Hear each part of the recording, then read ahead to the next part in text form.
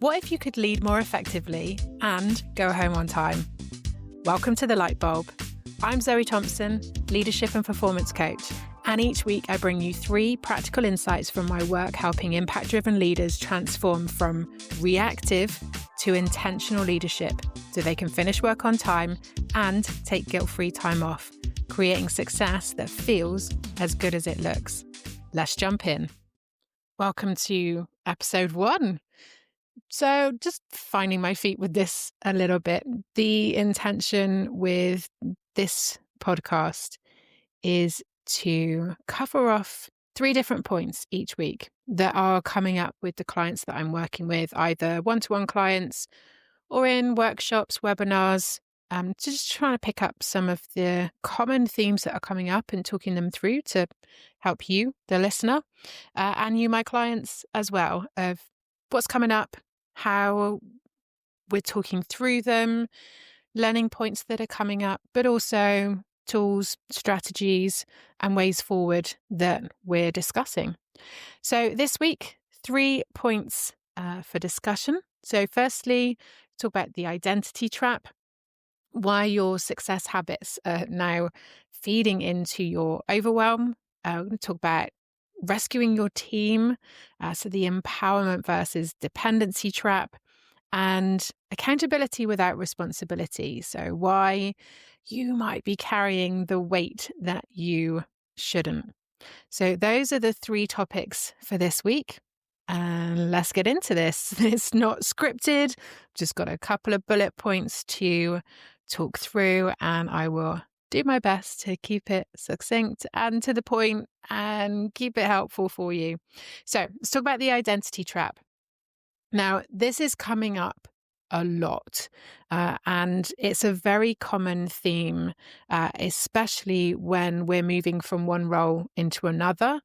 We tend to bring the things that have helped us to be successful into where we are. So this isn't just a professional approach. We do this in our personal lives as well. And we know that our brain has this huge computer where there are so many things that we don't remember, in addition to everything that we do. And so it's capturing everything that our brain is registering has worked really well for us. And that's really hard to let go. So when we move into a new role, we move up in an organization or our business is growing, we tend to go with patterns of behavior, and we go with what has worked really well for us in the past, and we try and apply it to our new ways of working, and we try and keep those patterns going because they're familiar. They're in our comfort zone. We know it works well, but quite often we're in a completely different operating model, and what we are needing to do is very different. So we have often this doer identity, and there is a difference between the doer identity and the leader identity, and that's a transition that we need to make. So quite often what happens is we have that sense of pride in becoming the go-to person. And I was talking about this week in a podcast. I loved being that go-to person. It was called the Oracle. Everybody used to say, go to Zoe, she'll know the answer. And I did. And that worked really well for me when I was in a team leader position. It worked really well for me when I needed to be that go-to person. I needed to be the person that got it done, that was reliable, that had the information, had the knowledge, had the skills, and became the go-to person. Now, when I went into the next level of leadership and more of a senior management post, people didn't need me to do. They needed me to, well, they did need me to do, but not in the same way. They didn't need me to have all of the information. They didn't need me to have all the knowledge. They didn't need me to be the subject matter expert. They needed me to be able to take a step back, look at a big picture, make the decisions that help to create momentum and drive things forward. And I didn't need to be the subject matter expert for that. I didn't need to be the person who had all of the answers in that sense.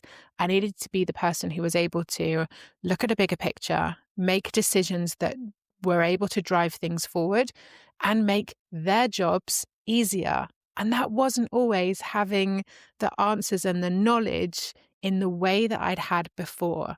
So in my previous role, the team would come to me for the answers, for direction, but they needed me to be the doer and have that information to help them with their role. In a senior management post, they needed me to be able to make the decisions to make their role easier longer term, not in the short term. So giving a quick answer to a question would still take away the short-term pain if I knew that answer, but it wouldn't help them in the long term. So that identity trap of trying to keep the same habits and behaviors that what had helped me to be successful before, and not taking that moment or a pause to think, what do I need to be?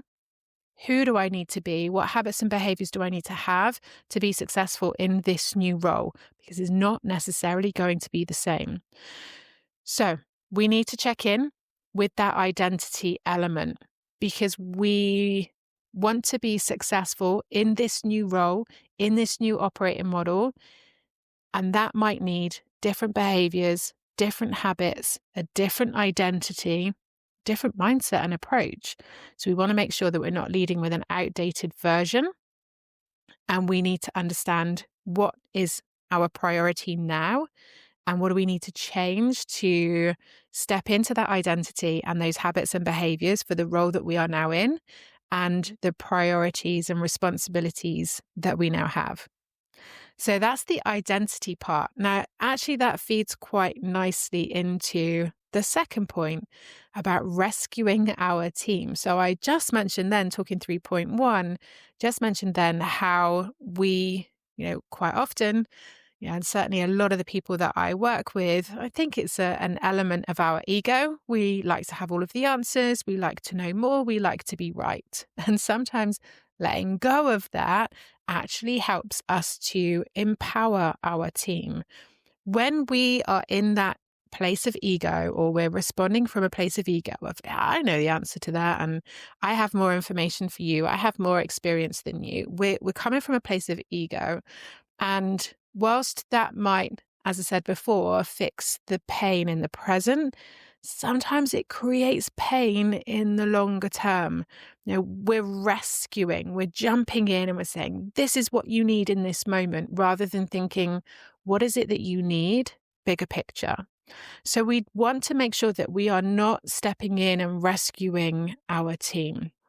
We don't want our team to be dependent on us in that way.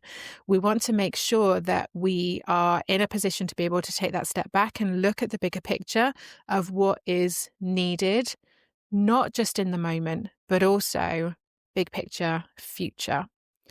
So we've talked this week about the dreaded drama triangle. I talked about it in a podcast on Friday, and actually have talked about it with the group that are on the Blueprint program this week.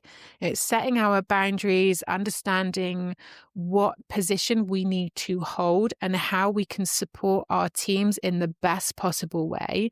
We don't want to rescue. We don't want to be the hero. We want to be the coach, and we want our individuals on our teams to be able to step up and feel empowered, to want to increase their self-efficacy in being able to find out the answers for themselves and find solutions and ways forward for themselves. We don't want them to be dependent on us. So we talked about the dreaded trauma triangle, and we also talked about the 3 before me. So this is not my solution. This was one of the managers on the Blueprint who shared this with us, and actually others have since implemented it. And it's worked really well for them. So this is where we are encouraging the individuals on our team to try 3 different solution attempts before they escalate it to us. So we should feel like it's an escalation. We shouldn't feel like the first solution. And we are not the problem solver. We are creating problem solvers. We are enabling problem solvers. So when we've got a bigger team, we cannot afford, we do not have the time, the energy, the capacity to have 10 different people coming straight to us.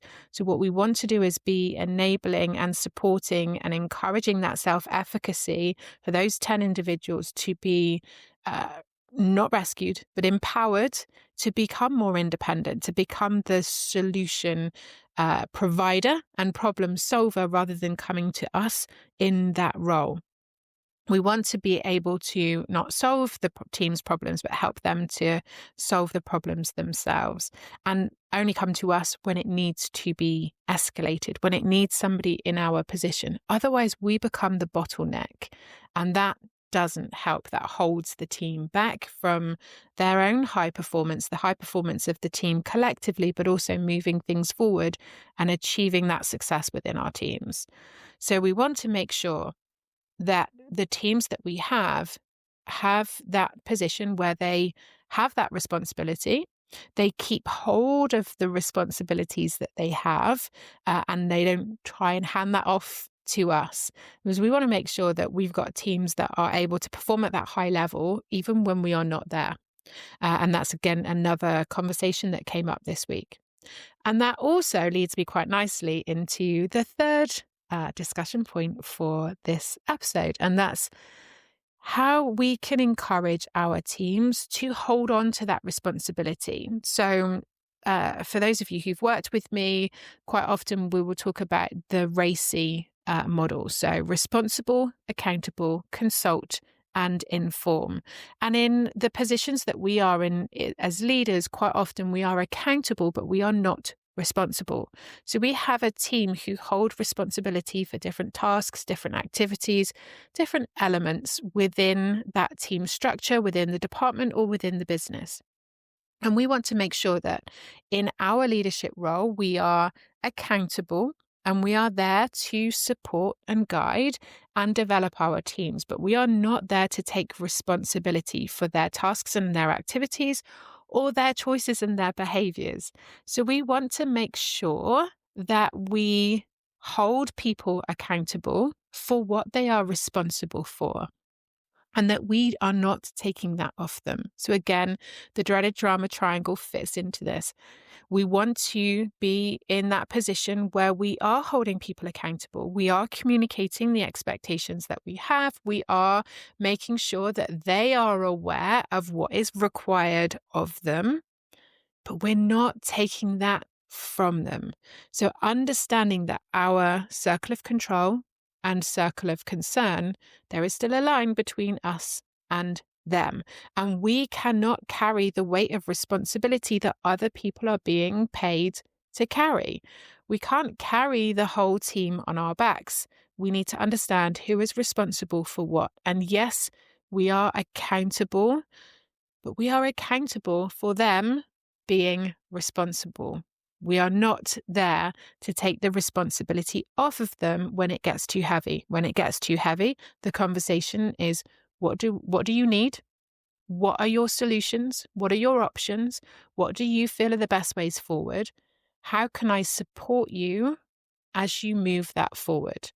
Not what can I do? Not what can I take off you? Not how can I make that easier for you? Not how can I fix? Not how can I rescue? How can I support you? What guidance do you need? What can I do to support you as you move this forward? They are still responsible. So these are the three topics that have come up this week.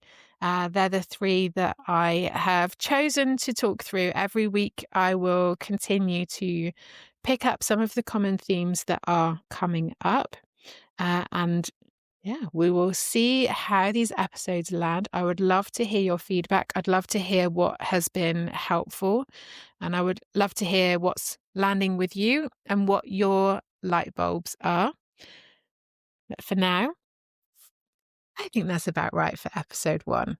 Kept it under 15 minutes. So that is pretty good going for me. So 3 discussion points covered, 3 light bulbs from this week, but I would love to hear from you as to how that's been helpful, what's helped, what stood out for you, and what you've enjoyed about this episode. And those are your 3 takeaways for this week. Before you go, ask yourself, what's my light bulb moment from this? And now that I know what I know, what will I do differently? Choose one action, however small, and commit to it. That's how overwhelmed and reactive becomes aligned and intentional. Don't forget to subscribe, and I'll see you next week on the next episode of The Lightbulb.